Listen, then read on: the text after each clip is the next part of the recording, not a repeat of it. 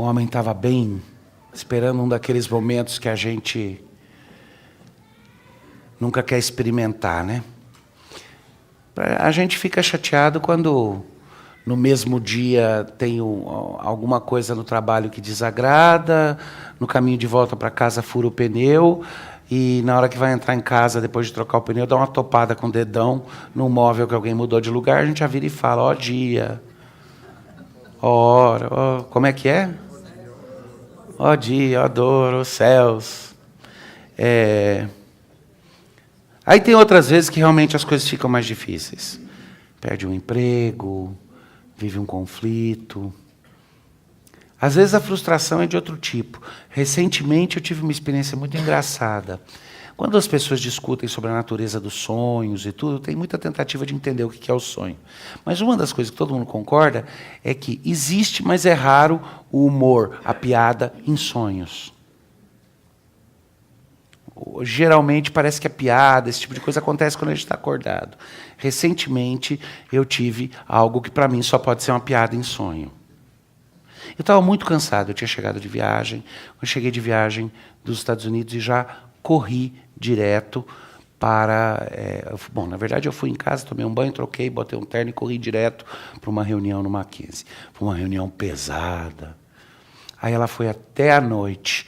Manhã seguinte, reunião de novo, o dia inteirinho, até a noite, uma cerimônia de transmissão de cargo, que foi até tarde. E aí a única coisa que poderia ter sido boa, que seria sair para jantar com o pessoal depois da cerimônia, eu não pude fazer, porque eu e a Adriana tínhamos que entrar no carro e correr para o aeroporto para eu fazer uma viagem para Porto Alegre para fazer um casamento. Pelo menos ela ia comigo. Isso é o que eu pensei. Mas na pressa de tentar chegar no aeroporto, sair daqui do centro e correr para lá, no caminho, me deu uma coisa de ligar em casa e perguntar como é que os meninos estavam. E aí eu liguei, o Daniel atendeu, e eu falei, e seu irmão melhorou? Porque o Rafael estava passando um pouco mal durante o dia. Ele falou, não melhorou. Ele está lá, urrando de dor, com muita dor, assim, do lado. Ele está todo agachado, está deitado na cama, está passando mal do estômago. E eu falei, mas ele não melhorou? Não. E você está cuidando dele? Não posso, estou aqui tentando apagar o incêndio. Que incêndio? Não, é que eu estou aqui algumas horas junto com o Carlinhos e com o Luiz. Luiz é funcionário, Carlinhos visita, tentando impedir o fogo que pegou no pasto do vizinho de passar para a nossa propriedade e chegar na casa do vô. Eu olhei para a Adriana, falei, meu bem, não dá para ir, mas era um casamento, não tem jeito, né? Aí eu falei, vamos fazer o seguinte, peguei rapidamente no celular, entrei no site da Azul e comprei uma passagem nova para sair de madrugada, e aí a gente foi para casa. Foi para casa, chegou lá, demorou, tarde nada, cedo de madrugada, finalmente, talvez 2 e pouco, 3 da manhã, deu para dormir. Por 1 horinha e pouco, porque às 4 eu tive que sair de casa correndo para o aeroporto para pegar outro voo. Mas pelo menos a Adriana estava lá para cuidar dos meninos. Aí eu fui, nossa, que incrível, consegui chegar no aeroporto. Peguei o voo sair às 6 da manhã para Porto Alegre, deveria chegar lá próximo de 8, o casamento era às 10h30, estava tudo tranquilo.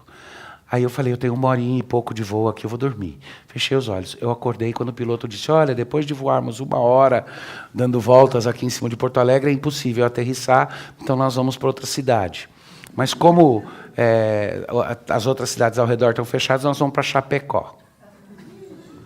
Aterrissou o avião em Chapecó, eu fiquei pensando, se estiver aberto lá, abastece, vai, vou chegar 9, porque é 40 minutos de voo, de jato, de Chapecó para Porto Alegre. Falei, ainda dá tempo de eu chegar no casamento correndo muito. Aí vem o piloto e avisa, bom, não tem teto, já não tinha teto para aterrissar na noite anterior, quer dizer, se a gente tivesse ido, não tinha funcionado. Não tem teto, então a gente está oferecendo um ônibus para levar quem quiser para Porto Alegre, demora 7 horas para chegar. Falei, foi-se o casamento. Ainda bem que tinha outra pessoa que ia estar junto no casamento, que podia segurar as pontas. Mas telefonemas feitos e tal, avisando, fora do controle. E aí vem a notícia, bom, eu tenho que esperar até o fim da tarde para conseguir um voo. E não tem voo de Chapecó para São Paulo naquele horário que eu pudesse pegar. Então é o seguinte, eu tenho que ir para Campinas. Aí em Campinas eles vão me botar num carro e o carro vai levar para vai trazer para Guarulhos, onde meu carro estava esperando no aeroporto. Né? Eu não vou continuar a história, porque ela fica uma história de horror. Mas era uma coisa atrás da outra. Me fazia lembrar a piada do homem que a vida estava tão ruim, perdeu o emprego, a esposa traiu, largou dele, os filhos não queriam mais falar com ele, estava desesperado, e aí ele vai num bar e senta numa mesa com um copo em frente dele. Aí entra um valentão no bar puxando briga com todo mundo. Bate num, bate no outro, bate no outro, bate no barman, vai lá, chega para o cara que está paradinho, assim, triste, olhando para o copo e fala: e você, seu desgraçado, não está com medo de mim? Toma o copo dele e bebe todinho. O cara começa a chorar. Fala: o que foi? O cara fala: poxa, minha vida está acabando, está tudo ruim, perdi o emprego, minha esposa me deixou, meus filhos não querem falar comigo, nenhum amigo me respeita. E o último dinheiro que eu tinha, eu gastei para comprar um veneno, me chega um idiota e bebe meu veneno aqui. Aí, naquela noite, exausto, cansado, para valer, eu tive um sonho e teve uma piada no sonho. O mundo estava chegando ao fim. O juízo final estava acontecendo. Tinha fogo caindo do céu, tinha anjo passando espada em pessoas, estava tudo. E eu ajoelhei, botei as mãos ao céu e em oração falei: Senhor, que bom, chegou o fim. Ah, Senhor, só te peço uma coisa, que o mundo acabe em barranco. No sonho, de verdade, eu falei isso. Não entendeu? Que eu estava tão cansado que se acabasse em barranco eu podia encostar. Mas é interessante isso daí, essa questão de que a esperança futura é o que dá energia para a gente nos momentos mais difíceis e complicados. E essa esperança aparece nos lugares mais inusitados. George Bush, velho, senior, quando ainda era vice-presidente do Reagan, foi representar os Estados Unidos no funeral de Leonid Brezhnev. Quem aqui lembra do Brezhnev? Quem não lembra do Brezhnev, pelo menos lembra da música do Pink Floyd. Brezhnev, do Afeganistão. Lembraram, né? Isso que é incrível, que a música fica na nossa cabeça. Leonid Brezhnev era o premier da União Soviética e o último grande inimigo da Guerra Fria. Porque depois dele começou o processo de desmantelamento. Leonid Brezhnev era um homem duro. Ele representava a força de todo o ateísmo marxista da União Soviética. A negativa completa de qualquer esperança que transcendesse o momento e a luta de classes. A única esperança que ele tinha era uma sociedade utópica, comunista, onde o indivíduo não tinha valor nenhum e tudo o que valia era a sobrevivência do sistema e o triunfo do proletariado. George Bush conta uma coisa que ele testemunhou ali, que mexeu com ele profundamente, como cristão. Num momento durante o velório, ele testemunhou algo. No momento em que as pessoas, o velório já estava avançado e não tinha muita gente próximo do caixão, a esposa de Leonid Brezhnev se aproximou do caixão, assim como todos os generais, os soldados e tudo, todo mundo chegava e tocava no caixão e saía. E ela se aproximou, ela ficava ali em volta o tempo inteiro, mas nesse momento ela se aproximou do caixão. Debruçou e fez o sinal da cruz na testa do seu esposo morto. E saiu calada. Naquele lugar que representava o máximo da desesperança materialista, para quem a morte acabou, é o fim, sobra somente um mito. Aquela mulher fez um ato de protesto silencioso em nome de uma esperança que ela tinha e ninguém sabia.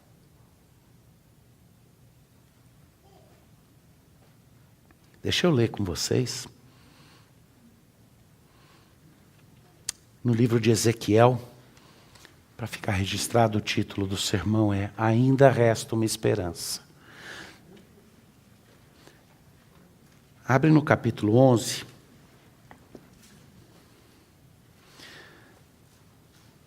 Até agora o que Deus está dialogando com Ezequiel, o profeta, dizendo para ele, vai e diz para Israel, seu pecado chegou a tal ponto que vocês vão ser punidos profundamente. Vai e diz para o povo de Judá que ainda restou, Deus vai levar vocês, vocês vão ser destruídos.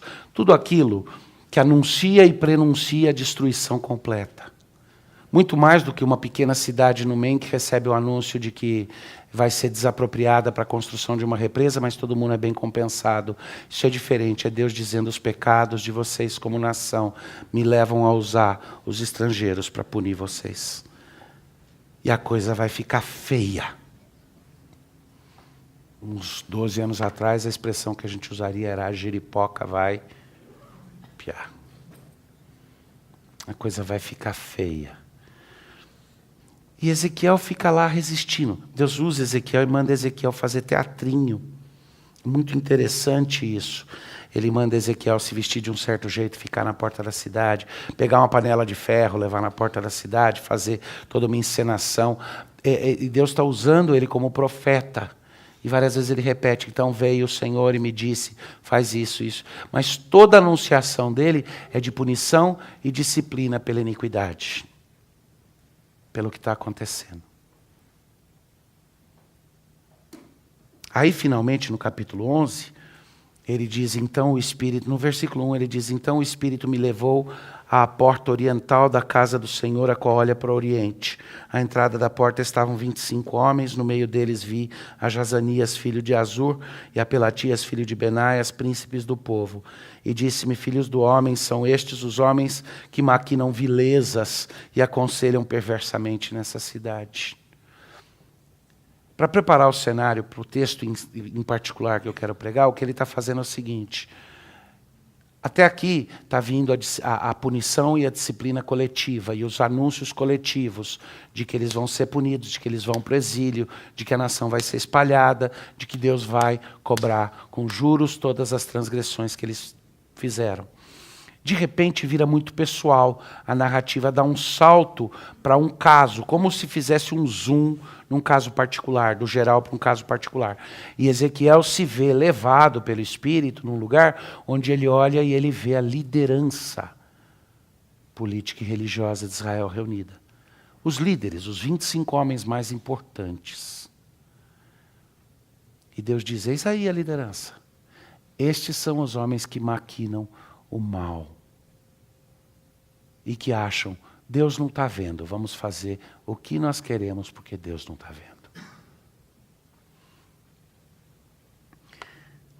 Caiu, pois, sobre mim o Espírito do Senhor e disse-me, fala assim, diz o Senhor, assim tendes dito, ó casa de Israel, porque quanto às coisas que vos surgem à mente, eu os conheço. Então ele vai e fala e profetiza. Eu sei o que vocês estão fazendo. Eu sei o que está na cabeça de vocês, as maquinações. Eu sei aquilo que vocês mataram. E eu sei que vocês olham para Israel como se fosse uma sopa, uma panela de carne. Pessoas sendo carne para vocês devorarem. Vocês têm medo da espada? Pois é a espada que eu vou trazer sobre vocês. Aí deixa eu ler para vocês, porque é muito interessante aqui. Ele diz assim, temeste a espada, mas a espada trarei sobre vós, diz o Senhor. Tirar-vos-ei do meio dela e vos entregarei na mão dos estrangeiros, e aí executarei juízo. Caireis a espada nos confins de Israel, vós julgareis e sabereis que eu sou o Senhor. E essa cidade não servirá de panela, nem vos servireis de carne no seu meio. Nos confins de Israel vos julgarei, pois não andastes os meus estatutos, nem executastes os meus juízos. Aí ele pula no versículo, eu vou pular aqui no versículo 13, ele diz, ao tempo em que eu profetizava, morreu Pelatias, filho de Benaias. Então caí com o rosto em terra, clamei em voz alta e disse, Senhor, darás fim ao resto de Israel? Então, no meio da profecia dele, um daqueles líderes cai morto. E isso para ele é um prenúncio de que Deus vai fazer o julgamento, não vai sobrar nenhum. todo mundo dança. Mas aí acontece uma coisa maravilhosa. E esse é o trecho que eu quero que vocês tenham aí em mente, reservado para vocês. Dá uma lida depois durante a semana. Versículo 14 em diante. Então veio a mim a palavra do Senhor dizendo: Filho do homem, teus irmãos, teus próprios irmãos, os homens do teu parentesco e toda a casa de Israel, todos eles são aqueles a quem os habitantes de Jerusalém disseram: apartai-vos para longe do Senhor, essa terra se nos deu em possessão. Esses homens aí estão expulsando aqueles que são teus verdadeiros irmãos em nome de uma situação iníqua, de uma dominação iníqua. Mas essa disciplina é minha. É o que Deus está falando. Aí ele vira e fala: portanto, dize, assim diz o Senhor. E aí ele começa a propor uma esperança para eles. E ele vai destacar alguns pontos dessa esperança que eu quero desenvolver com vocês. Porque é o tipo de coisa que hoje nos dá força para viver o presente, se soubermos compreender e abraçar com o coração. Porque no momento de extremo desespero, no momento em que aquela nação sofria tremendamente, Deus dá um diagrama básico de como é que funciona a promessa dele, que deve trazer esperança. A primeira coisa que ele diz é assim. Portanto dize, versículo 16, assim diz o Senhor Deus, ainda que os lancei para longe entre as nações, e ainda que os espalhei pelas terras. Ele está prestes a acabar com aquela nação, de certa forma. E ele vira e fala, diz para eles, eu vou... Quando ele vira e fala, ainda que eu os lancei para fora e espalhei por toda a terra, o veredito está dado, né? O prognóstico é esse. Eu vou espalhar. Eu vou pegar esse povo e vou jogar e espalhar para todo lado. Mas aí olha o que ele fala, ainda que os espalhei, todavia, eu lhes servirei de santuário por um pouco de tempo nas terras para onde foram.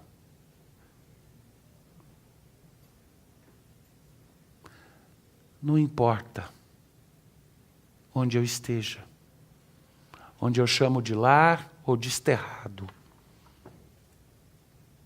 Até mesmo quando é a própria disciplina de Deus que me tira da zona de conforto e me coloca na zona de conflito. A primeira parte da promessa dele é, eu lhes servirei de santuário. É uma forma muito mais sofisticada e completa do que o ditado popular tenta encapsular quando diz Deus dá o frio, mas também dá o cobertor. Porque ele está dizendo, ainda que haja esse desterro, eu vou servir de santuário para aqueles que são meus durante essa peregrinação que eles vão experimentar.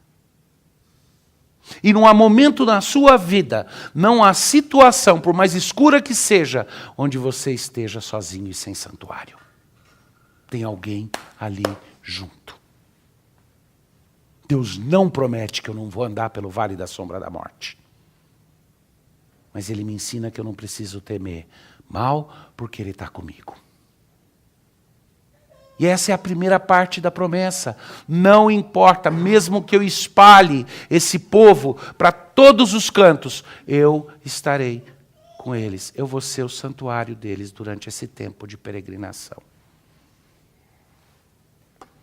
Dize ainda, assim diz o Senhor, hei de ajuntá-los dentre os povos, e os recolherei das terras para onde foram lançados, e lhes darei a terra de Israel. E essa é a segunda parte da promessa. Deus sempre cumpre o propósito de reunir os seus. Enquanto eles estão dispersados, Ele protege e Ele é o santuário, a proteção deles. Mas não para nisso. Deus não dá consolo temporário. Ele não é só refúgio na tribulação. Ele é mais que isso. Ele promete que isso não é o fim. Ele promete que, no momento certo, Ele traz de volta, não importa quão longe Ele espalhou. Ele promete que Ele reconstrói. Deixa eu aplicar isso na sua vida de forma bem direta e prática. Desculpa ser meio de sopetão. É o seguinte, no momento da tua grande aflição, você não está sozinho, Deus está com você. Mas em segundo lugar, a promessa dele é de que essa aflição termina e eventualmente ele reconstrói o que foi destruído. Ele junta os pedaços nos quais nós somos quebrados. Ele não nos deixa naquela situação. Ele promete, no tempo certo eu vou ajuntar o meu povo e vou dar para eles Israel de volta. Eu vou restaurar o que eu prometi. Eu não desisti do meu projeto. Essa disciplina é necessária temporariamente. Mas eu vou restaurar. Agora o incrível é que daí ele começa a descrever como é que vai ser nesse processo de retorno.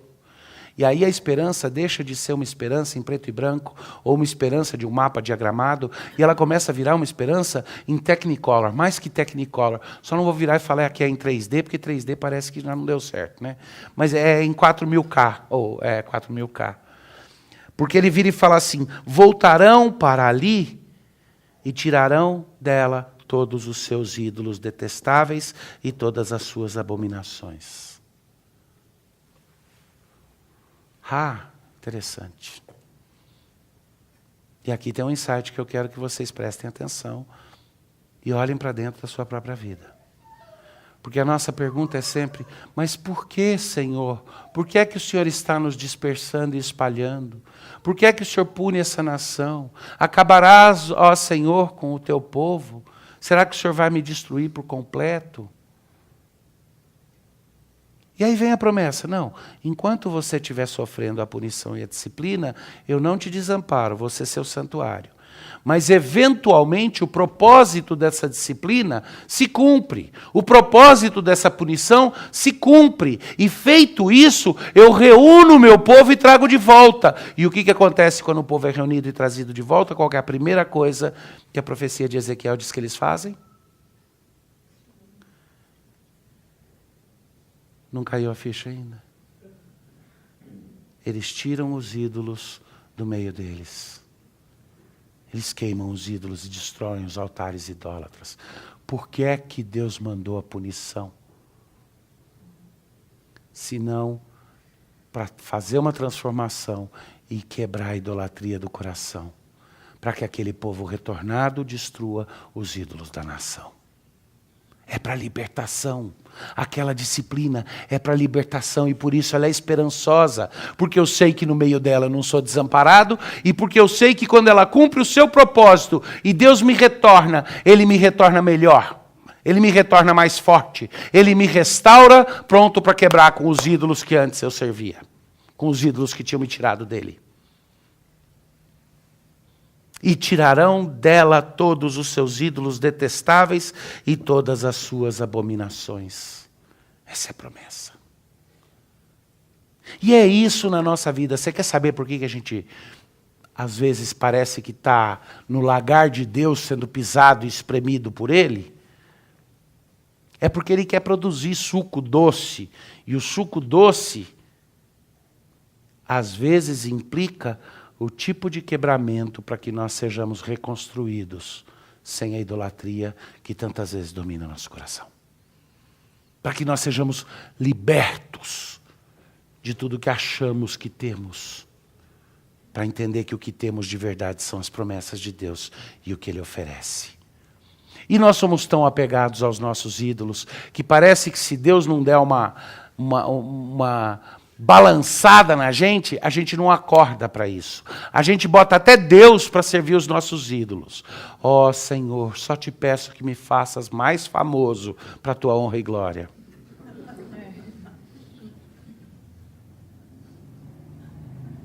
E aí Deus carinhosamente diz, Satanás me pediu para te fazer sambar, e eu deixei. Mas eu prometo que eu não vou te desamparar e eventualmente eu te trago de volta. mas aí você vai estar liberto dos ídolos. Então ele diz, e tirarão dela todos os seus ídolos detestáveis e todas as suas abominações. Mas aí vem o momento que me emociona mais profundamente, porque daí a mudança completa acontece de novo por iniciativa divina, porque feito isso, restaurado o povo, vem a seguinte promessa, versículo 19, e dar-lhes-ei um só coração, espírito novo porei dentro deles, tirarei da sua carne o coração de pedra e lhes darei coração de carne. Porque passado esse momento de aprendizado, a promessa do Senhor é que a transformação final que Ele faz, a mudança de coração. Agora, faz muito sentido falar em tirar o coração de pedra e botar o de carne. Se Deus me libertou da idolatria, por mais que eu tenha tido que apanhar na Babilônia ou em qualquer outro lugar, mas eventualmente Ele me libertou da idolatria, faz sentido a expectativa de que quando eu volto, quando eu retorno para o lar, transformado, Ele diga, agora eu tiro o seu coração de pedra e coloco um coração de carne. Mas Ele começa com uma outra frase, olha para o texto, se você está com o texto aberto. E lhes darei um só coração. A mutualidade do povo de Deus, unido na esperança, é parte essencial da transformação. É quando o povo de Deus deixa de falar eu, ele, você, e fala nós. Nosso coração passa a estar unido. É a unidade de pessoas que juntas experimentaram e aprenderam a amar, até a disciplina de Deus, que não desamparou e foi santuário, mas que fez o que era preciso para arrancar a idolatria do coração. E aí, como consequência disso, ele diz, lhes darei um só coração. E aí ele fala, um espírito novo, e eu tiro o coração deles de pedra e dou um coração de carne. E tem uma curiosidade aqui no texto, e essa curiosidade faz parte do próprio original do texto, tá? Ele diz assim, tirarei da sua carne o coração de pedra e darei coração de carne. E a curiosidade aí é que o que ele está querendo ressaltar é que nunca era para ter tido um coração de pedra.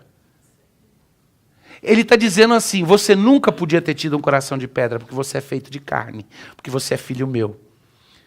Então na tua carne tinha um coração empedrado. Eu tiro e ponho um que é compatível com a sua nova natureza. Eu tiro e te dou um de carne que bate com a carne que você tem. Eu completo a restauração, mudando a tua própria motivação interior, para bater com aquela que condiz com a nova situação de filho. E aí, para mim, é maravilhoso demais. Porque a promessa de que a transformação final vai mexer na essência das minhas motivações. Vai fazer com que eu tenha um coração alinhado com o coração de Deus. E aí ele diz assim, para que andem nos meus estatutos, guardem os meus juízos e os executem. E aí eles serão o meu povo e eu serei o seu Deus. A esperança final vem nesse momento. Um povo de vontade tão alinhada com Deus, que não existe mais divisão, não existe conflito de vontade.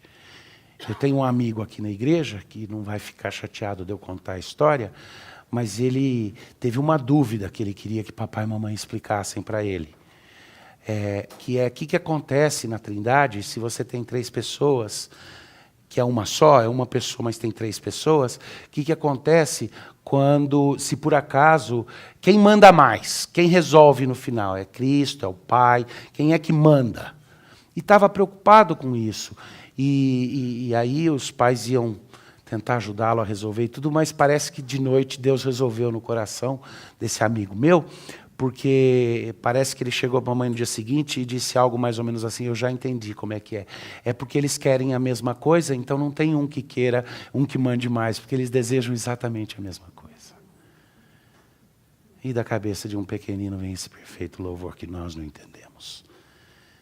Que os nossos conflitos vão cessar quando o nosso coração estiver de acordo com o de Deus. e o nosso coração de acordo com o de Deus, se o seu e o meu combinarem, estiverem de acordo com o de Deus, não existe conflito entre nós. As promessas lá de Amós, as promessas que estão na Bíblia do dia em que vão transformar todas as espadas em arado, é porque o mundo vai convergir para uma vontade de um novo povo redimido de Cristo, onde a minha vontade e a sua vão se completar no serviço da mão de Deus. A única diferença que vai ter entre o seu desejo e o meu é que eu vou querer segurar aqui na esquerda, você vai querer segurar na direita para a gente fazer junto. Não vai nem ter a briga de deixa eu segurar. Não, eu gosto de segurar na direita. Não, eu gosto na esquerda, então vamos segurar junto. Essa é a complementaridade que existe quando um só coração está unido. E a promessa no meio da tribulação é essa. Aí no versículo 21 ele continua, mas quanto àqueles cujo coração se compraz nos ídolos detestáveis e abominações, farei recair sobre sua cabeça todas as suas próprias obras. O interessante é que, eu não vou me estender aqui, mas Ezequiel então descreve que os anjos que estavam, os querubins que ele tinha visto, porque isso tudo é Deus mandando Ezequiel revelar uma profecia. Então ele está tendo visões. E ele diz, então os querubins elevaram as suas asas, os querubins que ele tinha visto ao redor do trono do Senhor, as suas asas e as rodas os acompanhavam, e a glória do Deus de Israel estava no alto sobre eles. A glória do Senhor subiu do meio da cidade e se pôs sobre o monte que está ao oriente da cidade. Depois o Espírito de Deus me levantou e me levou na sua visão, a Caldeia, para os do cativeiro. E de mim se foi a visão que eu tivera. Então falei aos do cativeiro todas as coisas que o Senhor me havia mostrado. O interessante nessa conclusão é que ele está basicamente dizendo... Essa era a esperança, era o ponto, todos os outros aspectos da profecia, todos os terrores prometidos, era para chegar nesse ponto, era para dar esperança, era para dizer, essa é a transformação final, esse é o estado final no qual Deus nos traz. Aí você escuta a impiedade de pessoas que dizem, tá, então é o seguinte, eu vou sofrer e penar na terra, para um dia ter uma esperança de ficar no céu tocando harpinha. É o que, por exemplo, Marx nos acusava. Não, a religião é uma tentativa de cegar o trabalhador para o trabalhador aguentar o inferno aqui na Terra. Baseado numa promessa futura. Só que tem vários problemas aí nessa frase. Primeiro, a gente já não enfrenta o inferno na Terra? A religião vem para enganar e prometer algo futuro para que as pessoas se contentem com o seu estado aqui. Mas mais importante que isso, a promessa de Deus é no abstrato ou ela é concreta?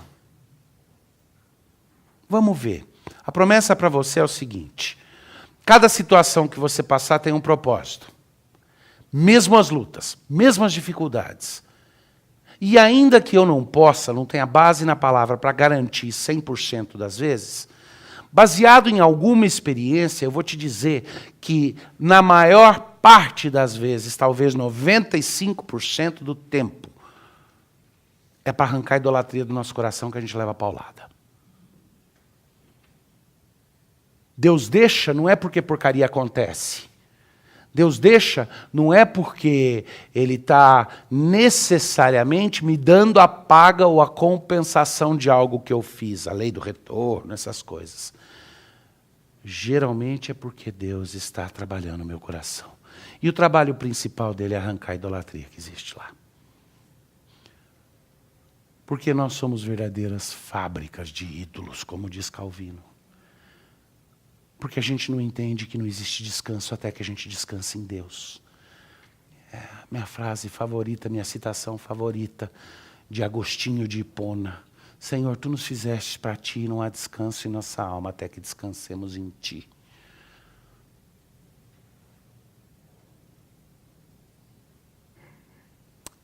Mas nosso coração procura se fiar, se alinhar, se encostar em outras coisas. E elas viram substitutos de Deus. O maior delas, nós mesmos. Foi isso no Éden que a serpente falou para Eva. Mas escuta, você vai confiar na palavra de Deus, ou você vai entender que você precisa aprender a ter autoconfiança, porque o próprio Deus falou essa história de não comer da árvore para testar você se você ia confiar o suficiente em você para você fazer a escolha por conta própria. Quando você declarar sua independência, você vira igual a Deus. E está ali a idolatria básica do nosso coração. Até na fé a gente faz isso, sabia? Olha, eu quero ser salvo, mas eu quero que a escolha seja minha. Eu não quero me sentir compelido. Não pode ser porque o Espírito me buscou, não. Afinal de contas, se eu não puder fazer a minha decisão, o que é que eu sou? Um autômato? Não, é criatura. Mas essa idolatria básica é a razão pela qual Deus, às vezes, vai nos cirandar. E Ele não faz isso com a crueldade de quem diz se vira. Aliás, diz ali que aqueles impenitentes e renitentes na idolatria, eles sim, diz o quê? No finalzinho, no versículo 21 que eu li, diz sobre eles cairá, sobre a cabeça deles cairá o peso de suas obras. Não é um raio não merecido. O peso de suas obras vai derrubar com eles. A própria idolatria deles, o ídolo que eles construíram ficou tão grande que desaba e cai na cabeça deles. E é o próprio ídolo deles que os destrói. Mas aqueles a quem Deus chama, Ele trabalha, Ele quebra a idolatria. Mas mesmo no meio dessa peleja, Ele não deixa de ser o santuário, Ele está junto. Isso é para dar esperança no meio da tribulação, de que eu estou num barco no meio de uma tempestade, mas Jesus está comigo no barco. Mas o propósito daquela tempestade é eventualmente fazer com que eu retorne, e no tempo certo Deus restaura. Os judeus, quando foram restaurados, cantaram e celebraram dizendo, quando o Senhor nos libertou do cativeiro, ficamos como quem sonha. Isso lá no primeiro cativeiro do Egito. E quando Ele faz isso aí, a gente está pronto para ter um transplante de coração. Por um coração compatível com a nossa carne, já mudada e transformada em Cristo. E esse coração é de um só. Agora, como é que eu não vou me esforçar para aprender a amar cada um de vocês se um dia nós vamos compartilhar o mesmo coração, o mesmo Espírito?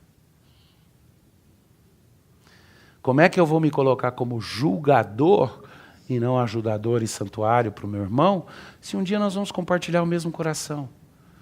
Se eu creio e tenho certeza que cada um de vocês que é um redimido em Cristo Jesus vai ter a idolatria extirpada do seu coração e eventualmente vai compartilhar, e eu vou compartilhar com vocês, o coração de Deus, as motivações de Deus. E aí Ele olha e fala, eis aqui o meu povo, minha família, adotados em perfeito relacionamento. E aí é que a história vai começar. Ainda existe uma esperança para o povo de Deus. Uma esperança real. E aí se a gente disser, mas por enquanto a sensação de que nós estamos mesmo espalhados por todos os cantos da terra. E estamos, a igreja está espalhada por todos os cantos da terra. E em grande parte sofrendo. Mas o Senhor Deus diz, eu vou ser o refúgio por esse tempo de peregrinação. Vamos falar com Ele?